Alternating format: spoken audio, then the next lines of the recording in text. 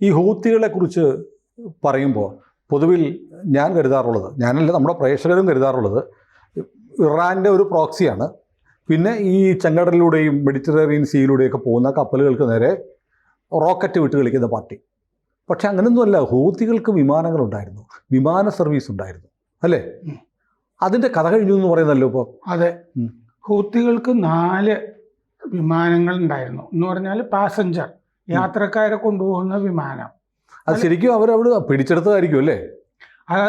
അതെ, അത് നേരത്തെ യമന്റെ വിമാനങ്ങൾ 60% യമനിലെ ഭൂമി ഇപ്പൊ ഹൂത്തികളുടെ കയ്യിലാണ്. അപ്പൊ യമന്റെ കൂടുതൽ ഭൂപ്രദേശവും ഇപ്പൊ ഭരിക്കുന്നത് ഹൂത്തികളാണ്. 60% അവിടെയാണ്. അപ്പൊ സന ക്യാപിറ്റലായിട്ട് ഭരിച്ചുകൊണ്ടിരിക്കുന്നത് ഇപ്പൊ ഹൂത്തികൾ തന്നെയാണ്. മറ്റേ ഒഫീഷ്യൽ ലോകം അംഗീകരിക്കുന്ന ഭരണകൂടം ഏഡൻ തലസ്ഥാനമാക്കിയിട്ടുള്ള ഭരണകൂടമാണ്. യമൻ എന്ന് പറയുന്ന രാജ്യം ഇപ്പൊ രണ്ടാണത്. ഏഡനിലേക്ക് മുമ്പ് നമ്മുടെ നാട്ടിൽ നിന്നൊക്കെ ആളുകൾ പോകുമായിരുന്നല്ലോ. ഈ പേർഷ്യയിലേക്ക് പോകുന്നു, ഇപ്പൊ ഗൾഫിലേക്ക് പോകുന്നു. ഏഡൻ അതിനാണല്ലോ ഏദൻ എന്ന് പറയുന്നത് അല്ലേ? ഏദനിലേക്കാണ് അംബാനി പോയത് നേരത്തെ. എന്നിട്ട് പോളിസ്റ്റർ പ്രിൻസ് എന്ന് പറഞ്ഞൊരു പുസ്തകം ഇന്ത്യയിൽ നിരോധിച്ചൊരു പുസ്തകമുണ്ട്, അദ്ദേഹത്തിന്റെ ജീവചരിത്രം. അതിൽ പറയുന്നുണ്ട്, നമ്മുടെ ഈ 1 രൂപ നാണയമില്ലേ, നേരത്തെ അത് വെള്ളി കൊണ്ടുണ്ടാക്കിയിരുന്നു. അപ്പോൾ അതിന് വെള്ളിക്ക് പൈസ കൂടുതൽ കിട്ടുമായിരുന്നു, 1 രൂപയേക്കാൾ കൂടുതൽ കൂടുതലായിരുന്നു. അപ്പോൾ ഇങ്ങേര് ഏതെങ്കിലും പോയിട്ട് ചെറിയ ജോലി, ക്ലർക്ക് ജോലിയോ എന്തോ ആണെന്ന് എടുക്കുന്നത്. ഇങ്ങനൊരു ആശയം പുള്ളിക്കുണ്ടായി. ഈ 1 രൂപ ബൾക്കായിട്ട് മേടിച്ചിട്ട് ഇത് ഉരുക്കുക എന്ന് പറയുന്നത്. അതായത് അംബാനി ഏദനിൽ പോയിട്ട് ഇങ്ങനെയാണ് ആദ്യം ലക്ഷങ്ങൾ ഉണ്ടാക്കിയത്. അതെയോ? ഈ പോളിസ്റ്റർ പ്രിൻസിലുള്ള കാര്യം ഞാൻ പറയുന്നത്, ഞാൻ വായിച്ചതാണ്. ഇവിടുത്തെ 1 രൂപ നാണയം വെള്ളി നാണയങ്ങൾ പണ്ട് വെള്ളി രൂപ എന്നാ പറയാറ്. യെസ്. അതിന്റെ വെള്ളിയുടെ വില ഈ 1 രൂപയേക്കാൾ കൂടുതൽ കിട്ടും ഒരെണ്ണം ഉരുക്കിയാൽ. ഒരു വെള്ളി രൂപ ഉരുക്കിയാൽ 2.5 രൂപ കിട്ടും. ഇത് മനസ്സിലാക്കിയിട്ട് ഈ ബൾക്കായിട്ട് 1 രൂപ മേടിക്കുക, ഇത്തിരി കൂടുതൽ കൊടുക്കുക, നിങ്ങൾക്ക് 1.5 രൂപ തരാന്നോ മറ്റോ പറഞ്ഞിട്ട്, എന്നിട്ട് ഇതുരുക്കിയിട്ടാണ് ആദ്യം അംബാനി ലക്ഷങ്ങൾ ഉണ്ടാക്കിയതെന്ന് ഈ പോളിസ്റ്റർ പ്രിൻസ് എന്ന് പറഞ്ഞ പുസ്തകത്തിൽ പറയുന്നുണ്ട്. ഏഡനിൽ പോയ ആ കാലത്ത് ഉള്ളതാണോ അതോ ഇവന്മാര് ചുമ്മാ കഥ ഉണ്ടാക്കിയതാണോ? പുസ്തകം ഇവിടെ നിരോധിച്ചു എന്തായാലും, കാരണം അവർക്ക് സ്വാധീനമൊക്കെ ഉണ്ടല്ലോ. എല്ലാവരും നന്നായിട്ട് വിൽക്കാൻ സാധ്യതയുള്ള ഒരു പുസ്തകമായിരുന്നു ഇവിടെ. അതിന്റെ കുറെ ഭാഗങ്ങളൊക്കെ നമുക്ക് ഇതുപോലത്തെ കിട്ടി ആ കാലത്ത്. എനിക്ക് എൻ്റെ മനസ്സിൽ ഇപ്പോഴും കിടക്കുന്ന 10-25 കൊല്ലം മുമ്പാണ് ഈ പുസ്തകമൊക്കെ വരുന്നത്. മനസ്സിൽ നിൽക്കുന്നത് ഈ ഒരു സംഭവമാണ് ആ പുസ്തകത്തിലെ. കാരണം വല്ലാത്തൊരു ബുദ്ധിയാണല്ലോ ഞാൻ കേട്ടിട്ടുണ്ട്. അതായത് 1 രൂപയുടെ വെള്ളി നാണയം ഉണ്ടാക്കാൻ അതിനേക്കാൾ കൂടുതൽ ചിലവാകും, അതിൻ്റെ വാല്യൂവിനേക്കാൾ കൂടുതൽ ചിലവാകും എന്നുള്ളത് ഞാനും കേട്ടിട്ടുണ്ട്. അതെ, അതുകൊണ്ടാണ് പിന്നീട് അത് ഒരു ലോഹ സംയുക്തം കൊണ്ട് ഉണ്ടാക്കാൻ തുടങ്ങിയത്, പിന്നെ വെള്ളി അല്ലാതെ ആയി മാറിയത്. അപ്പോൾ ഈ കഴിഞ്ഞ ദിവസം ഈ 4 വിമാനങ്ങളിൽ, പാസഞ്ചർ എയർക്രാഫ്റ്റുകളിൽ അവസാനത്തത് സന വിമാനത്താവളത്തിൽ, സന രാജ്യാന്തര വിമാനത്താവളത്തിൽ, ഈ സുനിൽ നേരത്തെ എവിടത്തെയോ ലൈബീരിയ പറഞ്ഞ പോലത്തെ വിമാനത്താവളങ്ങളാണ് ഇതൊക്കെ, ഈ മുറുക്കൻകട പോലത്തെ. സന രാജ്യാന്തര വിമാനത്താവളത്തിൽ ബോംബിട്ട് തകർത്തു ഇസ്രയേൽ. അപ്പൊ അതോടുകൂടി ഇനി അവർക്ക് ഹജ്ജിന് ഒക്കെ പോകണമല്ലോ, പിന്നെ ജോർദാനിലേക്കൊക്കെ ഇടയ്ക്ക് പോകുന്ന പരിപാടിയുണ്ട്. കൂടുതലും ഈ ഫ്ലൈറ്റ് പോയിരുന്നത് ജോർദാനിലേക്കാണ്, ചികിത്സയ്ക്ക് വേണ്ടിയിട്ടാണ് ജോർദാനിൽ പോയിരുന്നത്.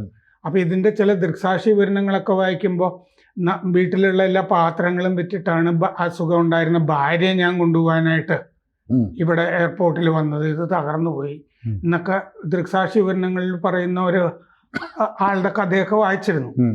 അപ്പോൾ അങ്ങനെ യമനിയ എയർവേസ് എന്നായിരുന്നു ഇതിന്റെ പേര്. 4 വിമാനങ്ങൾ ഉണ്ടായിരുന്നത്.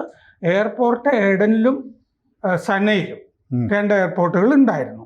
അപ്പോൾ ഹൂത്തുകൾ ബാലിസ്റ്റിക് മിസൈലുകൾ അയച്ച് ശല്യപ്പെടുത്തുന്നതിന് പകരം ചോദിച്ചതാണ് ഇസ്രയേൽ.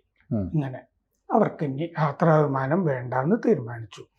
ഈ പർട്ടിക്കുലർ വിമാനം ഹജ്ജ് തീർത്ഥാടകരെ കൊണ്ടുപോകുന്ന വിമാനമായിരുന്നു. സൗദിക്ക് പോകും.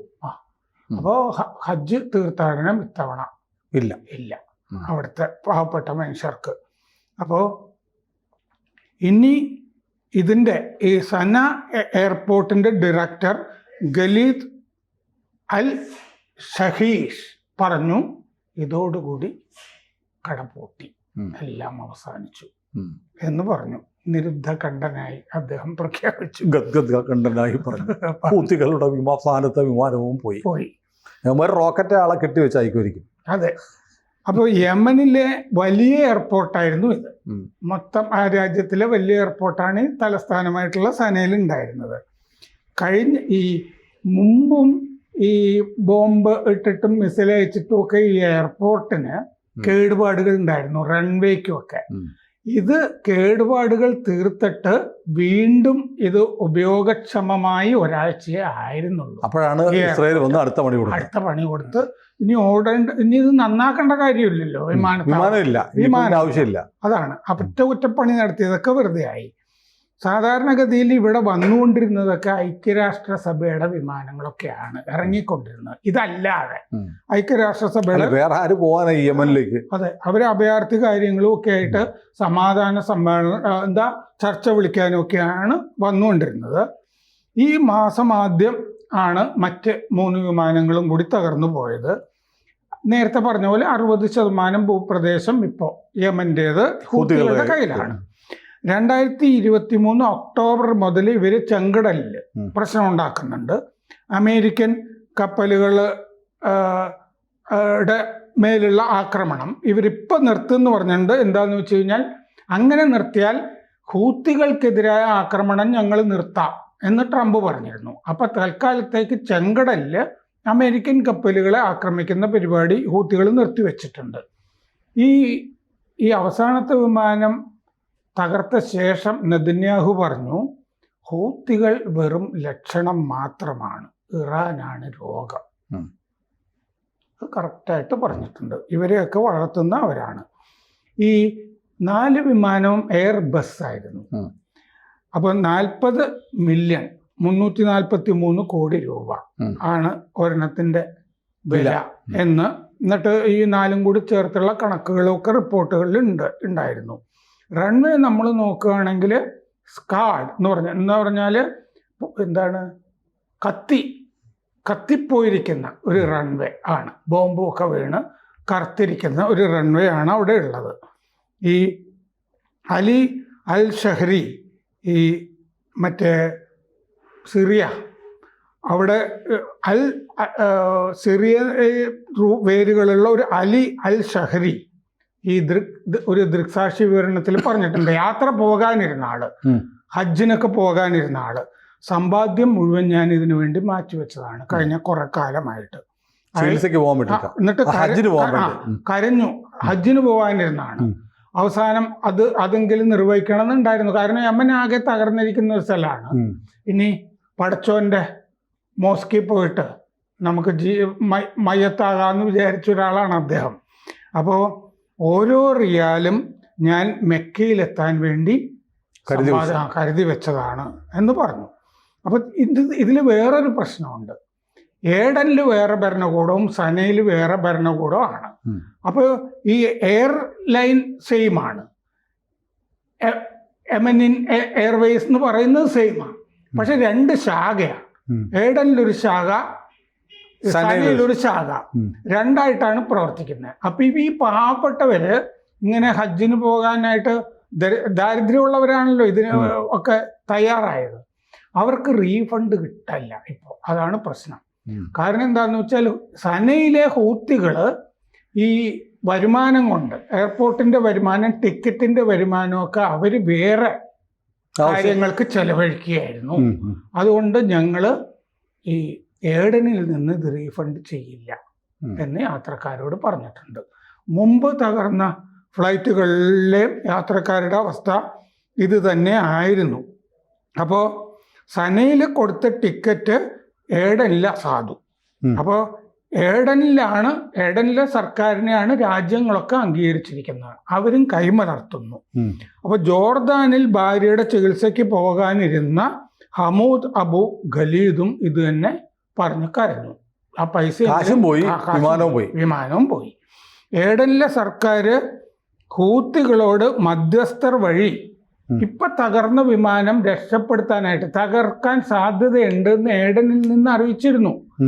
അതുകൊണ്ട് നിങ്ങൾ മധ്യസ്ഥർ വഴി ഹൂത്തികളോട് പറഞ്ഞിരുന്നു, നിങ്ങൾ ആ വിമാനം മാറ്റി എവിടെയെങ്കിലും ഇടേണ്ടതാണ് രക്ഷപ്പെടുത്താൻ വേണ്ടി. അപ്പോൾ ഹൂത്തികൾ പറഞ്ഞു, ഈ ഏഡൻകാരോട് പറഞ്ഞു, നിങ്ങൾ ഇങ്ങനെ ഞങ്ങളോട് പറയരുത്. ഇങ്ങനെ പറഞ്ഞു കഴിഞ്ഞാൽ ഞങ്ങളിനി മോച്ച, റിയാൻ ആ ഭാഗത്തെ വിമാനത്താവളങ്ങളിലും ഞങ്ങൾ ബോംബ് വയ്ക്കും. അത് ശരി. എടാ, ഇവനൊരു ഗുണമുണ്ടാകുന്ന കാര്യം പറഞ്ഞാൽ നിന്നെ കയറി അടിക്കുന്ന ഞങ്ങൾ വേണ്ട കാര്യങ്ങളൊക്കെ ചെയ്തോളാം. നിങ്ങൾ ഏഡനിൽ നിന്ന് നിങ്ങൾ ഞങ്ങളെ ഉപദേശിക്കാനായി. ശത്രുക്കളാണല്ലോ ഏഡൻ. ഏഡനിലെ ഔദ്യോഗിക ഭരണകൂടം എന്ന് പറഞ്ഞാൽ ശത്രുക്കളാണ്. നിങ്ങൾ ഞങ്ങളോട് ഇങ്ങനെ ഡിമാൻഡ് ചെയ്യേണ്ട കാര്യം നോക്കിയാൽ മതി, എന്റെ കാര്യം ഞാൻ നോക്കിക്കോളാം. നിങ്ങളുടെ മോച്ച, റിയാൻ എന്ന് പറഞ്ഞ് ഇനി 2 എയർപോർട്ട് ഉണ്ടല്ലോ, അത് ഞങ്ങൾ ബോംബിട്ട് തകർക്കും എന്നാണ് പറഞ്ഞത് കുട്ടികൾ. അതാണ് ഈ എമനിയ എയർവേസിന്റെ വിമാനം സനയിൽ ഇറങ്ങാൻ സമ്മതിച്ചില്ലെങ്കിലും ഇങ്ങനെയൊക്കെ സംഭവിക്കുന്ന ഹൂത്തികൾ നേരത്തെ പറയുന്നുണ്ടായിരുന്നു. ഏഡനിലെ ഈ ബ്രാഞ്ച് ഈ അമേരിക്കയുമായിട്ടൊക്കെ അത്യാവശ്യം നന്നായിട്ട് പോകുന്ന ഒരു ബ്രാഞ്ചാണ്. അപ്പോൾ സനയിൽ ഇഷ്യൂ ചെയ്ത ടിക്കറ്റ് അവർ ഓണർ ചെയ്യില്ല, ഏഡനിൽ ചെയ്യില്ല. ഹൂത്തികൾ സനയിലെ ടിക്കറ്റിൻ്റെ പണം ഡൈവേർട്ട് ചെയ്യുന്നു എന്നുള്ള ആരോപണം കൊണ്ടാണ് അങ്ങനെ ചെയ്യുന്നത്, അവർ കൊടുക്കാത്തത്. അപ്പോൾ 4 വിമാനം നേരത്തെ സുനിൽ പറഞ്ഞ പോലെ ഹൂത്തികൾ പിടിച്ചെടുത്ത, എന്നിട്ട് അവരുടെ സൗകര്യത്തിന് ഓടിച്ചുകൊണ്ടിരുന്നു. അതുകൊണ്ടും ഈ റീഫണ്ട് കൊടുക്കാൻ പോകുന്നില്ല. 2015 മുതൽ ഈ വിമാനത്തിൽ പ്രശ്നമുണ്ട്. യമനിലെ പൗരന്മാർക്ക് സർക്കാർ നിയന്ത്രിക്കുന്ന ഏഡൻ പിന്നെ സിയാൻ വിമാനത്താവളങ്ങളായിരുന്നു ശരണം. അവിടെ പോയി വിമാനങ്ങളിൽ പോയാൽ അവർ വേണ്ട പോലെ ചെയ്യും. സനയിൽ നിന്ന് വിമാനത്തിൽ കയറിയാൽ പെട്ടുപോകും. അല്ലെങ്കിൽ തന്നെ ഈ ഹൂത്തികൾ പറപ്പിക്കുന്ന വിമാനത്തിലൊക്കെ എന്ത് വിശ്വസിച്ചാണ് അതെപ്പോ ആര് ബോംബിടും, എപ്പോ വെടിവെച്ചിടും, അമേരിക്ക എപ്പോ വെടിവെച്ചിടും എന്നൊക്കെയുള്ള പ്രശ്നമുണ്ടല്ലോ. 2022 UN മധ്യസ്ഥതയിൽ ഈ സന എയർപോർട്ട് തുറക്കുകയാണ് ചെയ്തത്.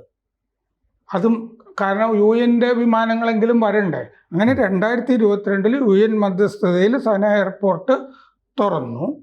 എന്നിട്ട് അമ്മാനിലേക്ക് ഈ 4 വിമാനങ്ങളിൽ 2 എണ്ണം ജോർദാന്റെ തലസ്ഥാനമായ അമ്മാനിലേക്ക് ഉള്ളതായിരുന്നു. ബാക്കിയുള്ളതാണ് ഈ സൗദിയിലേക്കൊക്കെ പോയിക്കൊണ്ടിരുന്നത്.